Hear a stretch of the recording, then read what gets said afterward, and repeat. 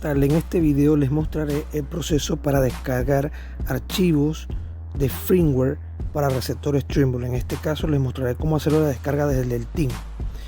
Bien, para esto nos vamos a la opción de receptor, con ningún receptor conectado, y le damos acá el símbolo de descarga. En este símbolo de descarga el sistema automáticamente me dará las opciones de todos los firmware para todos los receptores que son compatibles con el Trimble Installation Manager, que son todos estos que tenemos acá, como podemos observar.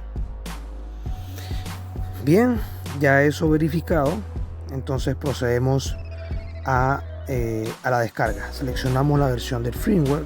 Primero seleccionamos el receptor, luego seleccionamos la versión del firmware que queremos instalar, cualquiera de las válidas que tengan el listado. Ok, y luego le digo en el botón entonces de descargar.